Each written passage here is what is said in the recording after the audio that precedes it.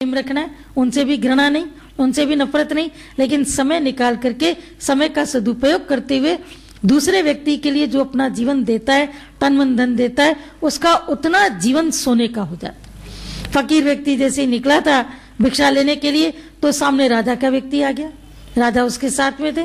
फकीर ने जैसे ही राजा को देखा, भिखारी ने बोला आज तो मेरी पाँव 12 हो गई, राजा के दर्शन हो गए, राजा जरूर मेरे को मोती की माला देगा। और राजा के साथ में ऑलरेडी कोई ट्रेजेडी हुई थी।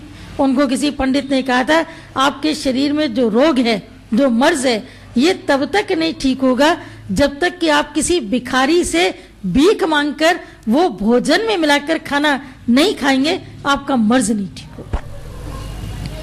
सामने भिखारी दिख गया, राजा सोच रहा मुझे इससे मांगना है, भिखारी सोच रहा मुझे कुछ मिलेगा। भिखारी आगे, राजा और आगे करते करते जब मिले तो भिखारी के भीतर में तो मन की बहुत खुशी, लेकिन राजा ने जैसे ही दामन फैलाया तो भिखारी तो देख के हैरान। बोला राजन ये क्या, ये उल्टी गंगा कैसे बहने लगी?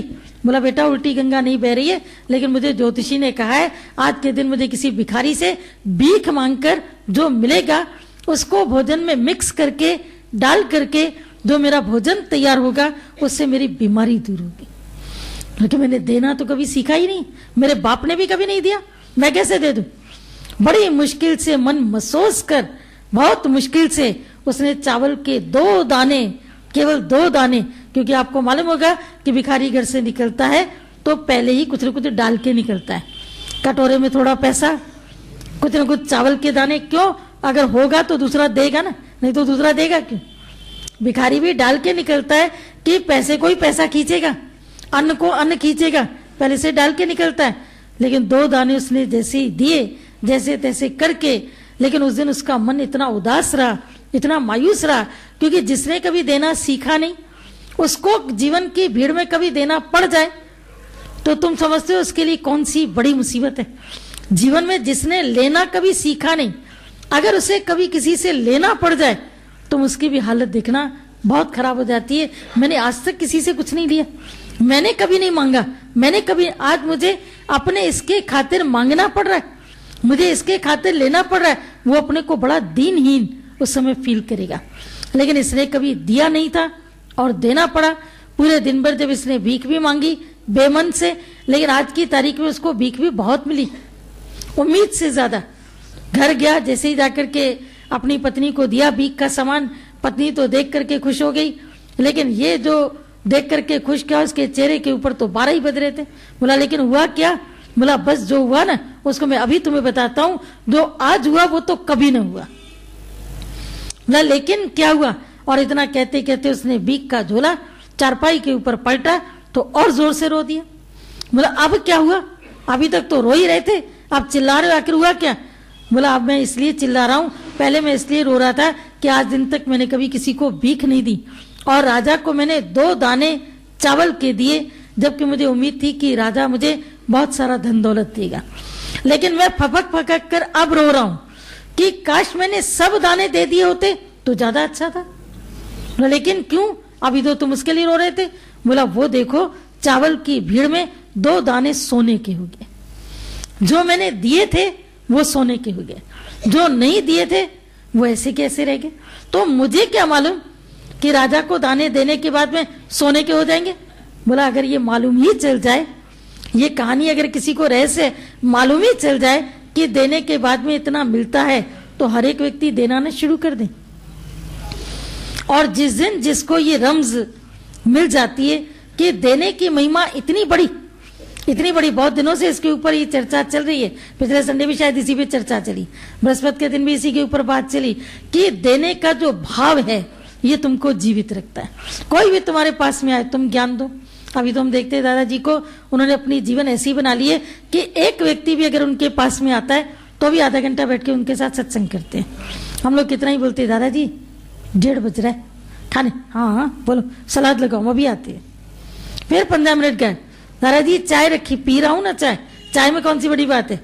दादाजी ये काम, बोला चलता। सत्संग के टाइम वॉक से कोई कंप्रोमाइज नहीं करते हैं, बाकी किसी भी टाइम पर कोई भी व्यक्ति उनके पास में चला जाता है। नींद के टाइम तो कोई जाता नहीं, इतना भी कॉमन सेंस सबके पास में है, लेकिन दोपहर के टाइम पर 11:30 से 1 बजे सत्संग खत्म हुआ, फिर चले जाते, फिर दादाजी बैठते बात करते हैं। शाम के टाइम पर वॉक की बात भी कभी वैसे बात नहीं करते, लेकिन अभी जब लोग ज्यादा थे तो बैठते थे, बात करते थे, सत्संग भी करते थे।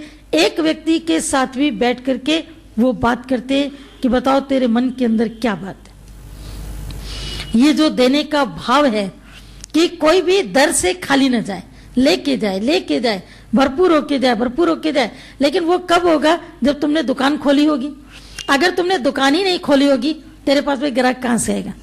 पहले तो तुम सबको चाहिए अपने घर में एक ऐसी तुम जाकर के अनाउंसमेंट करो चारों तरफ कि किसी को दुख दर्द होवे तो हमारे पास में आवे, आकर के ज्ञान सुने।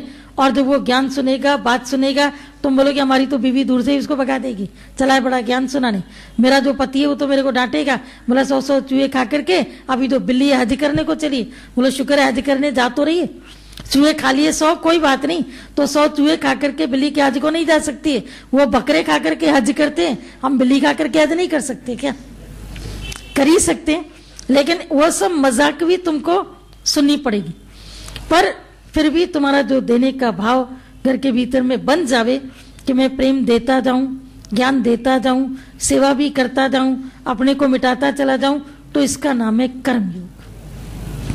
और जो कर्मयोग की थ्योरी को समझ जाता है उसको ज्ञान बहुत ऊंचा समझाने की जरूरत नहीं। शबरी ने कितनी किताबें पढ़ी थी जो भगवान उसके पास में गए?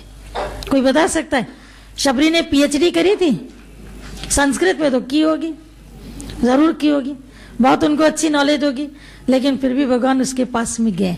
कर्मा की खिचड़ी भगवान ने खाई है। कर्मा को कौन सी नॉलेज थी? कर्मा को खाली उनकी सहेलियां बोलती है, कर्मा क्या करती हो, दातुन भी करती हो, भगवान की खिचड़ी भी बनाती हो, तुमको अक्ल नहीं है? पहले तुम ऐसा दातुन कर लिया करो, फिर खिचड़ी बनाया करो। हाँ, ये बात तो सही है, ये तो सही बात है। अब अगले दिन ये दातुन करने गई, इतनी देर में चूल्हा ही नहीं जला था और कन्हैया भूखा ही चला गया। जब बाद में खिचड़ी बनाकर बैठी है तो कन्हैया आया ही नहीं। बोला कन्हैया कल नहीं आए थे आप? बोला आया तो था, चूल्हा उल्टा पड़ा था, बिल्कुल काला, अब इसे कुछ था ही नहीं, मैं चला गया। बोला अरे दातुन के चक्कर में मेरी खिचड़ी भी भगवान की रहेगी। तो कर्मा की खिचड़ी भगवान ने खाई, दुर्योधन का मेवा त्यागा और साग विदुर घर खाया। विदुर की पत्नी के हाथ से केले के छिलके खाए। विदुर तो फिर भी महाज्ञानी थे, पंडित थे, समझदार थे, बिल्कुल प्रैक्टिकल व्यक्ति भी थे अपने जीवन के भीतर, लेकिन विदुर की पत्नी के पास में कौन सा ज्ञान था? प्रेम। गोपियों के अंदर में कौन सा ज्ञान था? प्रेम।